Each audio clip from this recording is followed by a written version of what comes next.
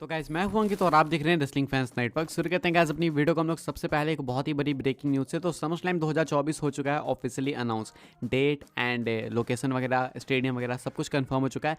लोगन पॉल ने इसको अनाउंस करा है। बहुत ही बड़ी चीज़ है भाई कि लोगन पॉल को अपॉर्चुनिटी मिली इस चीज़ को ऑफिशियली अनाउंस करने के लिए। एंड इवन वही करेंटली पोस्टर बॉय भी है प्रमोशनल पोस्टर पे। तो इम्पॉल्सिव पॉडकास्ट पे ये वाली अनाउंसमेंट हुई है। आपको पता होगा रॉ के दौरान डब्ल्यूडब्ल्यूई ने कंफर्म करा था कि इम्पॉल्सिव पॉडकास्ट पे एक बड़ी अनाउंसमेंट करेंगे लोगन।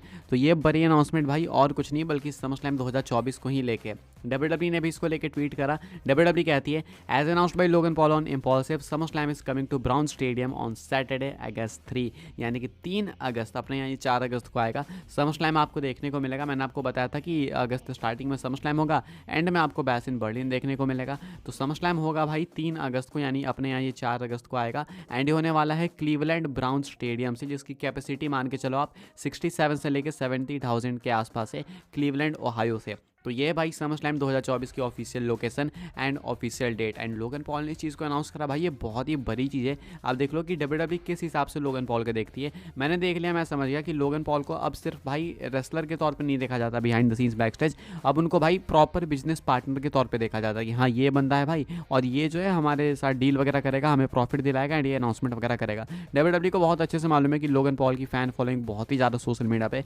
बहुत सारे लोग उनके पॉडकास्ट को देखते हैं, एंजॉय करते हैं, तो वहाँ पे अनाउंस करते हैं एंड इससे इस चीज़ को मेन स्ट्रीम बनाते हैं। तो अभी के हिसाब से भाई लोगन पॉल की तरफ से ऑफिशियल कंफर्मेशन आई है निकल के सामने समरस्लैम 2024 को लेके। एंड अभी लोगन पॉल को ही लेके 2-3 अपडेट्स है, तो जरा ध्यान से सुनना भाई, काफ़ी इंपॉर्टेंट चीज़ें। अभी हम लोग बात करते हैं अगली स्टोरी के बारे में, जो कि है SummerSlam 2024 and again Logan Paul को लेके। तो भाई लोगन पॉल चाहते हैं समरस्लैम 2024 को बिगेस्ट समरस्लैम बनाना, एंड ऐसा हो भी सकता है मोस्ट लाइकली। लोगन पॉल ने स्टेटमेंट क्या दिया वो मैं आपको बता दूं। इवन इन्होंने चैलेंज भी कर दिया है अभी से ही एक अपोनेंट को, वो भी मैं आपको बता देता हूँ। कहते हैं यहाँ पे पॉडकास्ट के अंदर, I want bring my brother Jake Paul, I want MGK यानी machine gun Kelly to be there, I want the Kelce brothers to be there, I want it to be one of the biggest events Cleveland has ever seen, and hopefully I can get an opponent who I can bring the house down with. ये इन्होंने clearly कह दिया। कहते हैं कि मैं अपने भाई जेक पॉल को लाना चाहता हूँ क्लीवलैंड में समरस्लैम के लिए।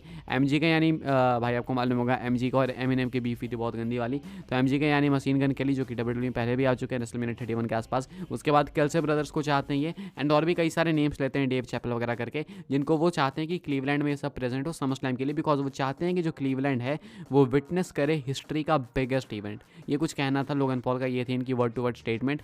इवन यहाँ पे भाई वो लेब्रॉन जेम्स को भी चैलेंज करते हैं। लेब्रॉन जेम्स आपको मालूम होगा NBA स्टार हैं, काफ़ी पॉपुलर हैं। तो भाई वो शायद फेस कर सकते हैं लोगन पॉल को, बिकॉज इन्होंने चैलेंज करा है। एंड ट्रिपल एच भी रिएक्ट करते हैं इसके ऊपर, कोड करते हैं, लिखते हैं we have got big plans for SummerSlam's big return to Cleveland this year, post script Logan Paul will need to iron out those details a bit.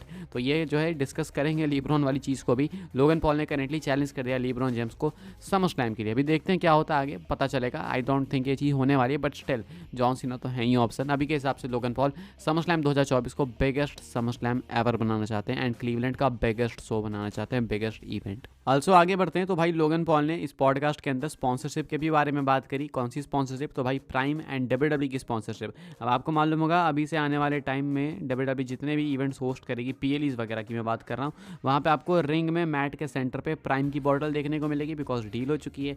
इसको लोगन पॉल ने अनाउंस कर दिया। अब ये रॉ स्मैकडाउन में नहीं होगा, लेकिन सारे के सारे PLE में होगा, स्टार्टिंग विथ रेसलमेनिया। इसके ऊपर रिएक्ट करते हैं लोगन पॉल, कहते हैं कि भाई ऐसा क्यों करा इन्होंने, एंड फैंस को चीज़ पसंद नहीं आ रही। तो इसके ऊपर वो क्या कहते हैं मैं आपको बता दूं। कहते हैं कि देखो भाई ये चीज़ मुझे बहुत अच्छे से मालूम है कि काफ़ी सारे लोग इससे खुश नहीं है, बट स्टिल काफ़ी सारे लोग खुश भी हैं। जो हार्डकोर टाइप के फैंस हैं, जो बहुत पुराने टाइम से देख रहे हैं, उन्हें ये चीज़ पसंद नहीं आ रही है। विंस मैकमैन की बात कर रहे हैं लोग, तो हाँ मैं मानता हूँ कि विंस मैकमैन को पसंद नहीं था कि रिंग के अंदर कुछ छेड़छाड़ करे मैट वगैरह के साथ। लेकिन अब भाई TKO एक पब्लिकली ट्रेडेड कंपनी है, प्रॉपर बिजनेस है, तो अब इसमें ये चीज़ें होगी। तो मुझे पता था कि कोई ना कोई ये करेगा ही करेगा, तो हमने अपॉर्चुनिटी देखी एंड हमने देखा कि भाई ये बहुत सही टाइम है, तो मैं ही इस चीज़ में जो है अपने एसेट को लगा देता हूँ, अपनी स्पॉन्सरशिप दे देता हूँ। बिकॉज वैसे भी मैं हील हूँ, तो लोग मुझे वैसे भी हेट करने वाले हैं, एंड शायद इस चीज़ से लोग मुझे और ज़्यादा हेट करें, जो कि मेरे लिए अच्छी बात है। एंड मुझे घंटा नहीं फ़र्क पड़ता है, तो ये बहुत अच्छी चीज़ है मेरे लिए भी एंड बिजनेस के लिए भी। एंड ऑल्सो मुझे ये भी श्योर करना था कि आज ना कल देखो ये चीज़ होने वाली है कि चेंज होगी स्पॉन्सरशिप, यानी अभी ये आपकी प्राइम बॉटल है, कल को कोई और होगी। तो मैं चाहता था कि हमारी जो बॉटल है वो फर्स्ट बने, यानी कि हमारे नाम एक और रिकॉर्ड है। तो इसलिए भाई इन्होंने ये अपॉर्चुनिटी ग्रैब करी एंड प्राइम एंड डब्ल्यूडब्ल्यूई की स्पॉन्सरशिप अनाउंस करी। ये कुछ कहना है लोगन पॉल का। अब ये डिसीजन पसंद आए या फिर नहीं, लेकिन लोगन पॉल का कहना है कि धीरे धीरे आप लोग इसके आदी बन जाओगे एंड आपको हैबिट हो जाएगी इस चीज़ की। ये कुछ कहना है लोगन पॉल का। आगे बढ़ते हैं गाइस, बात करते हैं अगली स्टोरी के बारे में जो कि the people's champion the rock को लेकर। तो भाई रॉक अभी बात करते हैं अपने करेंट WWE रन के बारे में कि वो क्या सोचते हैं इस रन के बारे में, क्या है उनके ऑनेस्ट थॉट्स, वो मैं आपको बता देता हूँ। अभी करेंटली आपको मालूम होगा कि भाई रॉक जो हील कैरेक्टर प्ले कर रहे हैं एंड आई थिंक काफ़ी सक्सेसफुली, काफ़ी अच्छे से मेंटेन कर भी रहे हैं। कहते हैं जिमी किमेल वाले इंटरव्यू के अंदर, it's the best to go back to WWE in this rock 10.0 version where I can become a heel and say the things that people want to say. कहते हैं कि मेरे हिसाब से मुझे ऐसा लगा कि ये बेस्ट चीज़ है। रॉक 10.0 वर्जन कहते हैं ऐसे मजाक मजाक में, कहते हैं कि मुझे लगा ये बेस्ट चीज़ है, ये जो मेरा वर्जन है, जो हील वर्जन है, मुझे लगा कि ये सबसे अच्छी चीज़ है कि मैं एक हील बन सकता हूँ एंड उसके बाद लोग जो कहना चाहते हैं वो बातें मैं कह सकता हूँ टेलीविजन पर। तो मुझे अपॉर्चुनिटी, ये टाइम वगैरह सब कुछ सही लगा, तो इसलिए मुझे लगा कि WWE के अंदर अब वापस आना है तो हील बन के आना है। ये कुछ रॉक कहते हैं, लेकिन हमें भी पता है भाई कि किस कंडीशन में सारी डिसीजन ली गई है भाई, बिकॉज हील तो वो बनने वाले नहीं थे, वो आउटरेज हुआ कोडी फैंस की तरफ से। उसके बाद ये डिसीजन वगैरह चेंज करा इन लोगों ने एंड देन उसके बाद all of a sudden I think idea आया होगा हील बनने का। तो उसके बाद अभी रॉक प्ले कर रहे हैं, हॉलीवुड रॉक कह लो या फिर कोई सा भी रॉक कह लो या रॉक 10.0 वर्जन कह लो जो कि रॉक कह रहे हैं, तो इसलिए वो हील बने थे। बाकी वो कहते हैं कि उन्हें अच्छा भी लग रहा है हील बन के, तो अच्छी बात है भाई अगर रॉक इन्जॉय कर रहे हैं इस चीज़ को, तो अभी के हिसाब से फैंस को भी ये चीज़ काफ़ी पसंद आ रही है एंड ये है रॉक के ऑनेस्ट थॉट्स उनके करेंट WWE कैरेक्टर के ऊपर। आगे बढ़ते हैं गैस, बात करते हैं अपनी नेक्स्ट एंड फाइनल स्टोरी के बारे में जो कि है भाई हॉल ऑफ फेम 2024 को लेके। तो क्या हॉल ऑफ फेम के लिए और इंडक्टीज अनाउंस होने वाले हैं? अभी तक काफ़ी सारे अनाउंस हो चुके हैं, जैसे कि US express, Bull Nakano, Paul Heyman and कल या परसों ही, कल ही अनाउंस हुए भाई मोहम्मद अली। तो काफ़ी सारे लोग अनाउंस हो चुके हैं ऑलरेडी। अगर आप देखो तो ऐसे एक एक करके काउंट करो तो 5 लोग हैं, वरना ऐसा अगर अवार्ड सेरेमनी की बात करो तो टोटल 4 लोग हैं। तो क्या अभी कोई और अनाउंस होने वाला है, कोई और हो सकता है जो कि हॉल ऑफ फेम में इंडक्ट हो? तो PW इंसाइडर कहती है, देख सकते हो कि आप लोग, according to PW insider at least one more name is expected to be inducted into this year's hall of fame.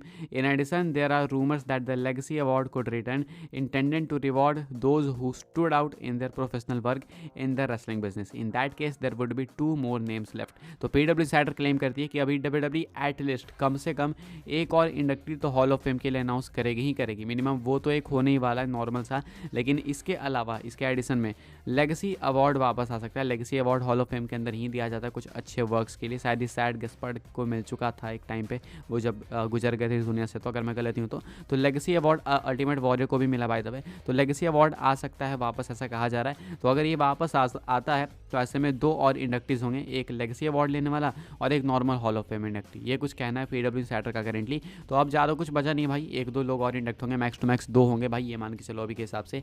ये कुछ PW इंसाइडर क्लेम करती है अभी के हिसाब से। गाइस इस वीडियो के लिए कुछ अपडेट्स है, आई होप आपको इन्फॉर्मेशन मिली हो। मेरे तो वीडियो को लाइक करें, शेयर करें, सब्सक्राइब करें, चैनल को फॉलो कर सकते हैं आप लोग। मुझे इंस्टाग्राम एंड ट्विटर पर लिंक आपको मिल जाएगा डिस्क्रिप्शन में, ज्वाइन कर सकते हैं व्हाट्सएप चैनल को, उसके भी लिंक है डिस्क्रिप्शन में।